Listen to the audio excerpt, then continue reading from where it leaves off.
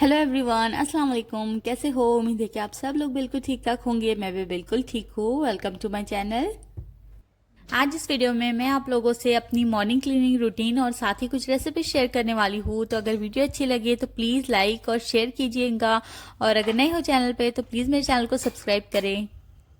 अच्छा जी, तो अभी ये ना सुबह का टाइम था। मैं ब्रेकफास्ट बना रही थी अपने लिए और अपनी महविश के लिए। और मैं आप सभी को बताती चलूँ कि अब मस्कत में स्कूल स्टार्ट हो गई है और कई मम्मीज बड़ी खुश नज़र आ रही हैं क्योंकि काफ़ी दिनों से ना बड़ा शोर शराबा चल रहा था घर में। बैकग्राउंड के अंदर बिल्कुल शांति देख के आप लोगों को समझ आ रहा होगा। तो सुबह में मैं उठी थी, अपने मोहम्मद साद का टिफ़िन बनाया, अपने हस्बैंड के लिए ब्रेकफास्ट बनाया, और वो दोनों ना सुबह 7 और 8 बजे के बीच में ही निकल जाते हैं साथ में ही।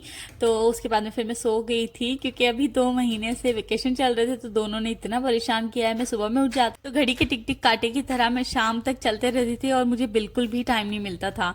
तो अब मैंने ये शुरू किया है कि वो चले जाते हैं तो उसके बाद में मैं आराम से अपनी एक नैप ले लेती हूँ छोटी सी, और मैं भी छूटती है तो फिर उसके साथ में उठ के मैं ब्रेकफास्ट बनाती हूँ, अपने घर के जो भी काम होते हैं वो शुरू करती हूँ। तो यहाँ पे मैं अपने लिए ओट्स बना रही थी। महविश को मैं ओट्स जरूर देती हूँ हमेशा। ये महविश को ओट्स खाने बड़े पसंद है। कभी मैं दलिया बना के दे देती हूँ या इस तरह से दूध में पका के दे देती हूँ।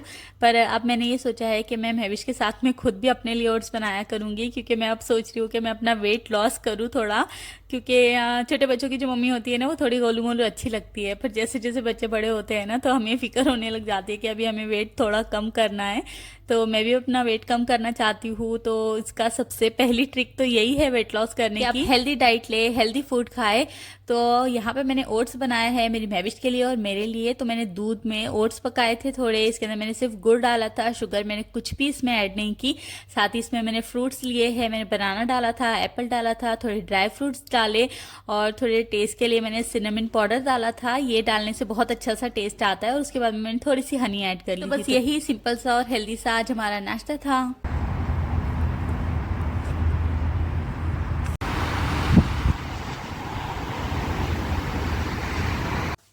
आज मैं केक बनाने वाली हूँ, और केक बनाने में तो मेरा हाथ अब ऐसे हो गया है जैसे कि मक्खन हो।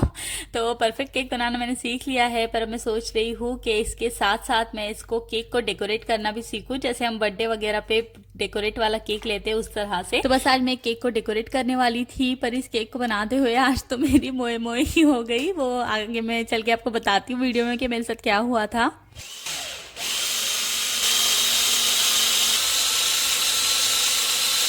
यहाँ मैंने 3 एग लिए थे, जिन्हें मैंने पहले ही फ्रिज से बाहर निकाल के रख दिया था ताकि ये नॉर्मल टेम्परेचर पे आ जाए। उसके बाद में मैंने इसके अंदर शुगर ऐड की और अच्छे से इसे विप कर लिया जब तक ये थोड़ा फ्लफी नहीं हो गया।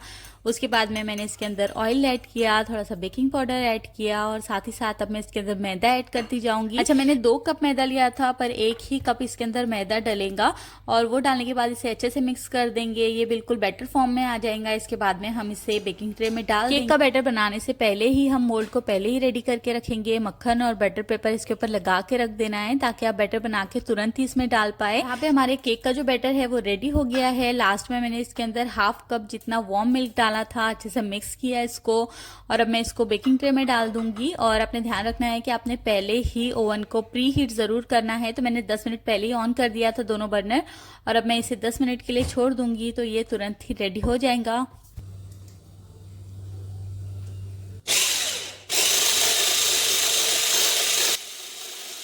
मैंने विपिंग क्रीम ली है, इसे मैं ब्लेंडर में डाल के अच्छे से इसको विप कर दूंगी।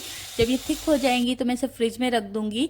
और पता नहीं इस क्रीम को क्या हुआ था, ये जल्दी से विप हो ही नहीं रही थी। मुझे इतना ज़्यादा टाइम लगा है इसको विप करते हुए, पता नहीं क्या हुआ था इसे।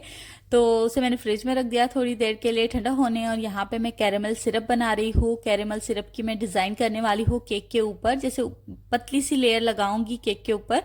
तो मैंने सिर्फ शुगर डाली थी और इसको मेल्ट होने दिया। पानी वगैरह कुछ भी मैंने इसके अंदर नहीं ऐड किया था। वैसे भी ओमान में इतनी पतली और इतनी बारीक सी शुगर मिल रही होती है कि आप ऐसे 10 मिनट छोड़ोगे तो वैसे भी वो हो जाएंगी। तो उसके बाद मैंने उसके अंदर मक्खन ऐड किया, और जो क्रीम था वो मैंने ऐड किया था थोड़ा सा। और उसके बाद में देखिए ये इस तरह से इसकी कंसिस्टेंसी कुछ हो जाएंगी थिक सी। तो इसे बस मैंने छोड़ा था थोड़ी देर के लिए। और देखिए अब यहाँ पे मेरा जो केक है ना वो मैंने निकाल लिया है। थोड़ा ठंडा होने के बाद में मैंने निकाला था, और ये बिल्कुल आराम से मोल्ड से बाहर आ जाएगा। आपको कुछ भी परेशानी नहीं होगी इससे निकालने के लिए। तो मैं इसे टर्न कर दूंगी और बटर पेपर इसके पीछे से निकाल दूंगी। इसके बाद मैंने क्रीम बनाई थी वो मैंने इसके ऊपर लगा दी और पता नहीं क्या हुआ था, वो क्लिप कहाँ चली गई या फिर मैंने कैमरा ही ऑन नहीं किया था इस टाइम पे, तो वो क्लिप नहीं थी मेरे पास में, तो मैंने डायरेक्ट आपको बताया है। इसके बाद में देखिए अब मैंने कैरेमल सिरप इसके ऊपर जो बनाया था वो मैंने डाल दिया और इसके आगे ना मैं यहाँ पे डिज़ाइन बनाने वाली थी पर पता नहीं क्या हुआ, तो इसके ऊपर जैसे मैंने कैरेमल सिरप डाला ना अपने आप ही डिज़ाइन बनने लगी। तो देखिए आप ये इस तरह से कुछ अपने आप ही डिज़ाइन बन गई है। और देखा ना अपने बैकग्राउंड में मेरे हस्बैंड की आवाज़ आ रही थी, मैंने उनसे कहा कि देखिए ना मेरे केक को क्या हो गया है, मैं इस पर डिज़ाइन बनाने वाली थी पर ये तो इस तरह से हो गया। तो मेरे हस्बैंड कहने लगे कि गज़ल अच्छा है, तुम मेहनत करने वाली थी, अपने डिज़ाइन बनाने वाली थी केक पे पर अपने आप ही बन गया है, तो ये अच्छा लग रहा है। वैसे सच में ये अच्छा लग रहा था, टेस्ट भी इसका काफ़ी अच्छा था पर मैं वो डिज़ाइन नहीं बना पाई जो मैंने सोच रखी थी। मेरे हस्बैंड कहते हैं कि कभी कभी चीज़ें ना हमारे प्लान के मुताबिक नहीं होती, जो हमने सोचा होता है उसके मुताबिक नहीं हो पाती, चीज़ें गड़बड़ा जाती है। तो ठीक है, अब मैं कोई पछतावा करूंगी नहीं इसके लिए और इसे बस मैं ठंडा होने के लिए फ्रिज में रख दूंगी।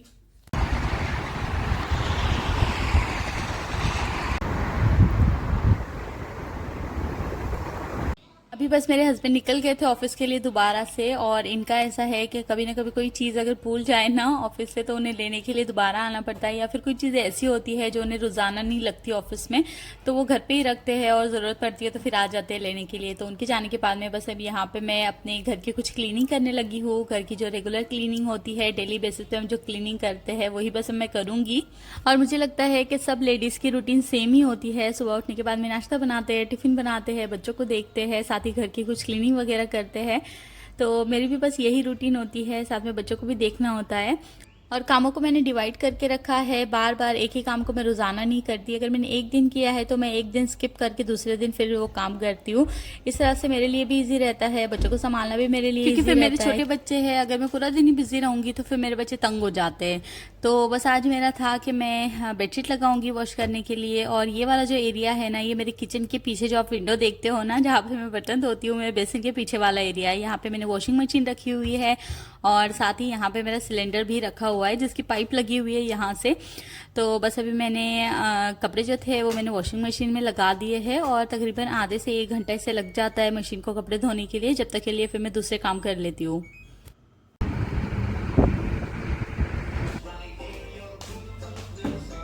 जब तक कपड़े वॉश होते हैं तब तक मैं मॉप लगा लूंगी घर में, और इस काम को भी मैंने अल्टरनेट डेज पे रखा हुआ है क्योंकि फ्लोर का क्लीन होना भी बहुत ज़रूरी है, स्पेशली जब जब आपके घर में छोटे बच्चे हो। क्योंकि अगर आपकी नज़र है फिर तो ठीक है, पर जब आपकी नज़र नहीं रहती तो फिर बच्चे गिराते हैं, उठाते हैं और दोबारा से खा लेते हैं। तो फ्लोर का क्लीन होना तो बहुत ज़्यादा ज़रूरी है।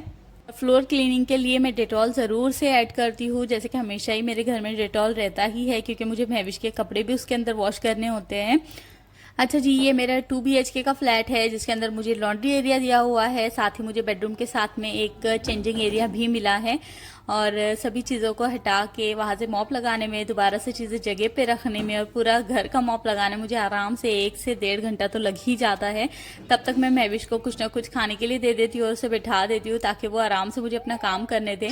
पर जब तक मैं अपना काम ख़त्म करती हूँ महविश ने मेरे लिए दोबारा से काम बढ़ा दिया होता है। और कुछ लोगों को तो लगता है कि भाई अब गज़ल के पास में क्या ही काम होंगे, बच्चे भी इतने शरीफ है और काम भी नहीं बढ़ाते। तो देख लीजिए मेरे बच्चे कितने शरीफ है, एक काम ख़त्म करे दूसरे काम ये तैयार रख देते मेरे लिए। मैं कभी भी फ्री नहीं रहती, अगर मुझे दिन में 2 घंटे एक्स्ट्रा भी अल्लाह ताला देते ना तो मुझे लगता है कि वो भी मेरे लिए कम पड़ गए हैं। और मेरी सासू माँ तो कहते हैं कि खाली दिमाग जो होता है वो शैतान का घर होता है। तो बस ये है कि हमेशा ही अपने आप को बिजी रखा करे, वो चीज़ें सीखा करे जो आपको औरों से अलग बनाती है। और जो एक बीमारी हम लेडीज़ को होती है ना ओवर थिंकिंग की, वो भी नहीं होती जब आप बिजी रहते हो। तो अच्छा चले, यहाँ पे अभी पानी आया हुआ था तो मैं बॉटल्स बस अंदर ले रही थी। और ये अल बयान के कूपन है जो मैं 10 रियाल के लेती हूँ और इसके अंदर मुझे 11 कूपन मिलते हैं। मैं ये कूपन ले लेती हूँ और 1 रियाल की एक बॉटल आती है तो बार बार आपको 1 रियाल नहीं ढूंढने पड़ते। और फ्रिज के मैंने कॉर्नर में ही इसे रखा हुआ है, जब भी पानी वाले अंकल आते हैं मैं पानी वाले अंकल के आने का वेट नहीं करती, मैं बाहर ही बॉटल रख देती हूँ, साथ ही मैं कूपन भी रख देती हूँ बॉटल के नीचे ही, तो वो बॉटल चेंज करके चले जाते हैं। और ओमान में यहाँ पे ना पानी लेकर ही खरीद के ही पीना पड़ता है, इस तरह से बॉटल ही आती है यहाँ पे।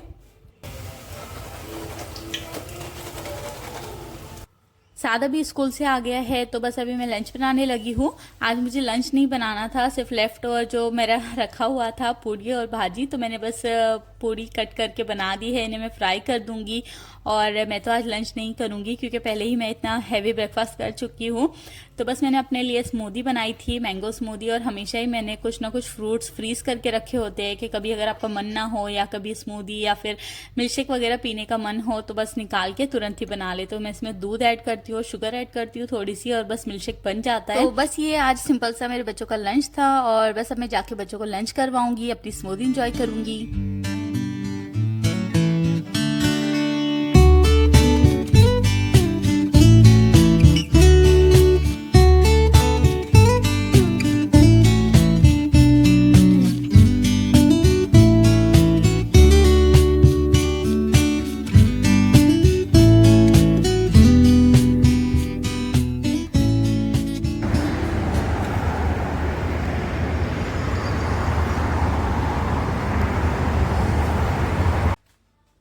और ये अभी ना शाम का टाइम है, और दोपहर के टाइम पे मैंने जितने भी कपड़े वॉश हुए थे ना उन्हें मैंने फैला दिया था।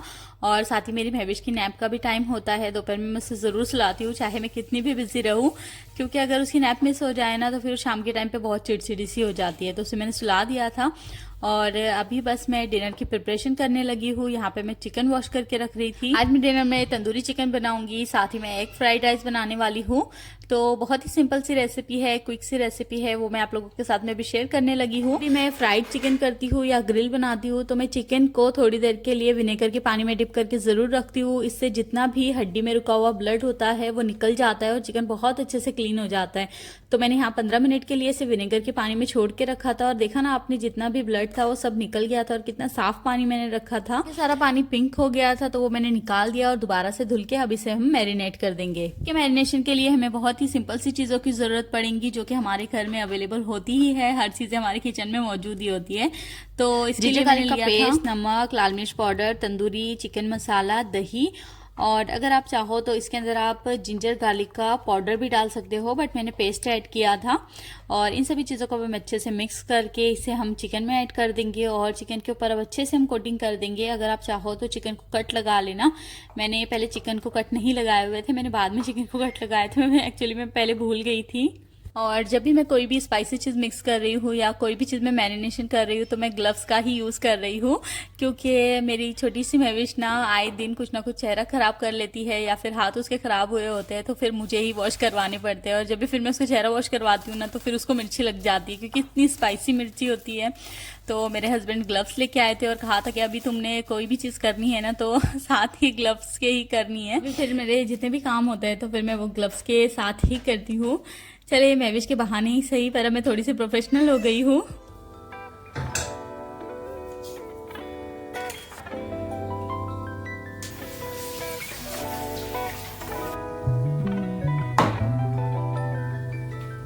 और फ्राइड राइस बनाने के लिए यहाँ पे मैं चावलों को बॉईल कर लूँगी। तो बासमती राइस मैंने लिए हैं और इसे मैंने 10 मिनट के लिए थोड़ी देर पानी में भिगो के रख दिया था। उसके बाद में सारा पानी निकाल के मैंने इन्हें डाल दिया है बॉईल करने के लिए। और बॉईल करने के लिए चावल के पानी में मैंने डाला था ऑयल, डाला था नमक, डाला था, और बस अब उबाल डालने के बाद मैंने चावल डाल दिया और अब इसे थोड़ी देर के लिए मैं होने दूंगी। तो जब ये अच्छे से कुक हो जाएंगे तो मैं इसका पानी ड्रेन कर दूंगी।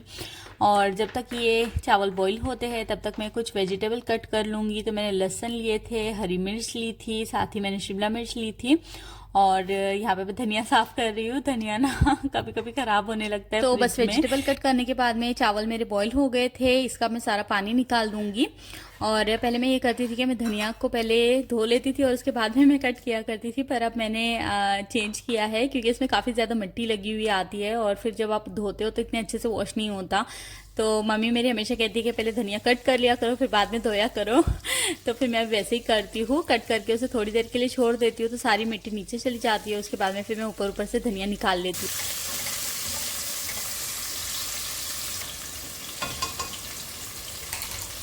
यहाँ पे मैंने बर्तन में ऑयल डाला था, इसके अंदर मैंने हरी मिर्च और लहसुन को थोड़ा फ्राई किया। इसके बाद में मैंने शिमला मिर्च डाल दी और बहुत ज़्यादा सब्जियों को नहीं पकाना है, बिल्कुल हल्का हल्का सा बस फ्राई करना है। उसके बाद में मैंने इसके अंदर डाला था जिंजर गार्लिक का पेस्ट, थोड़ी सी मैंने फ्रोज़न वाली वेजिटेबल भी डाल दी जिसके अंदर गाजर वगैरह सब कुछ होती है।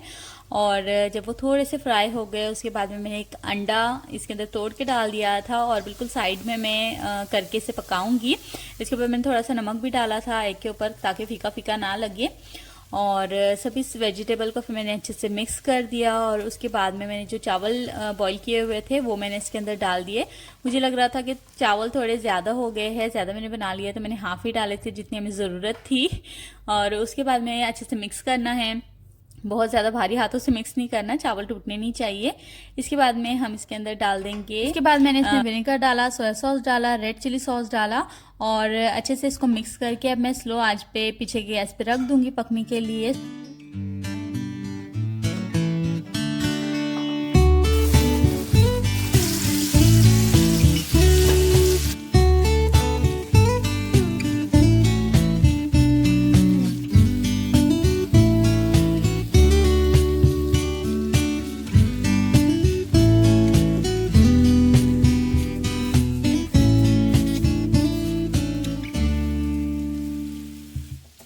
यहाँ पे बस अभी मैंने चिकन को थोड़ा सा ऑयल डाल के पैन पे फ्राई कर दिया था। अगर आपके पास में वो स्क्वायर वाला जिसके ऊपर लाइन होती है वैसा अगर आपके पास में पैन है ना तो इससे बहुत अच्छी सी लुक आएंगी कुछ चिकन की। तो थोड़ा सा मैंने इसको फ्राई किया, उसके बाद में बस अब मैं इसे ओवन में लगा दूंगी 10-1 मिनट के लिए ताकि थोड़ी बहुत इसके अंदर कसर अगर बाकी रह गई होंगी, थोड़ा कच्चा रह गया होगा तो फिर ये पक जाएगा अच्छे से। और जो लेफ्ट ओवर बच गया है इसे अब मैं फ्रीज कर दूंगी। तो जब भी मैं ऐसे ही करती हूँ, मैरिनेट करती हूँ तो थोड़ा एक्स्ट्रा कर लेती हूँ ताकि मैं नेक्स्ट टाइम के लिए भी थोड़ा सा बना के रख पाऊँ। इससे मुझे कुकिंग करने में बहुत आसानी होती है। नेक्स्ट टाइम मैं बस निकालूंगी, फ्राई कर लूँगी या फिर इससे मुझे जो भी बनाना होगा वो मैं बना लूँगी। इस तरह से क्या होता है ना कि कुकिंग करना थोड़ी आसान हो जाती है, वरना हर चीज़ बार बार डीफ्रोस्ट करे, निकाले, फ्रिज से सामान निकाले और डीफ्रोस्ट करे तो उसमें बहुत टाइम कंज्यूम होता है। तो इस तरह से मैं अपना थोड़ा टाइम बचाती हूँ। और देखिए यहाँ पे बस हमारा डिनर रेडी हो गया है, मैंने इसको डिश आउट कर दिया है और ये है चिकन की कुछ फाइनल लुक। साथ ही मैंने थोड़ा सा सैलेड कट किया था और सैलेड अपने खाने में ज़रूर लिया करे, सैलेड बहुत ज़रूरी है क्योंकि अभी देख रहे हैं आप ओमान में इतनी ज़्यादा गर्मी है कि सैलेड वगैरह खाना हमारी बॉडी के लिए बहुत अच्छा होता है। और बस यहाँ पे राइस भी रेडी हो गए हैं, ये भी मैं अब डिश आउट कर लूँगी। और ये देखिए ये है हमारी डिनर की कुछ फाइनल लुक। अब बस हम बैठ के डिनर करेंगे।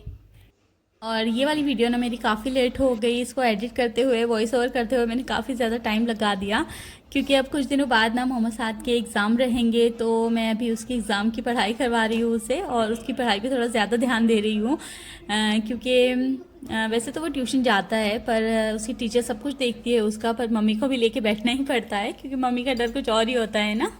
तो बस इसीलिए मेरी वीडियोस थोड़ी लेट आ रही है। अगर अभी तक आप मेरी वीडियो देख रहे हैं इसका मतलब आपको वीडियो ज़रूर पसंद आई होंगी, तो प्लीज़ मेरी वीडियो को लाइक, शेयर और सब्सक्राइब कीजिएगा। खत्म होने के बाद में बस मैंने ये डिज़र्ट निकाला था और ये देखिए ये थी इसकी कुछ फाइनल लुक। वैसे ये बहुत टेस्टी बना था और लुक वाइज भी इतना कोई बुरा नहीं लग रहा है, पर मुझे लगता है कि मैं इसे और भी परफेक्ट कर सकती हूँ। तो बस यहीं पे मैं अपनी वीडियो को एंड करती हूँ। अपनी दुआओं में याद रखें और नेक्स्ट वीडियो में मिलते हैं, तब तक के लिए अल्लाह हाफिज़।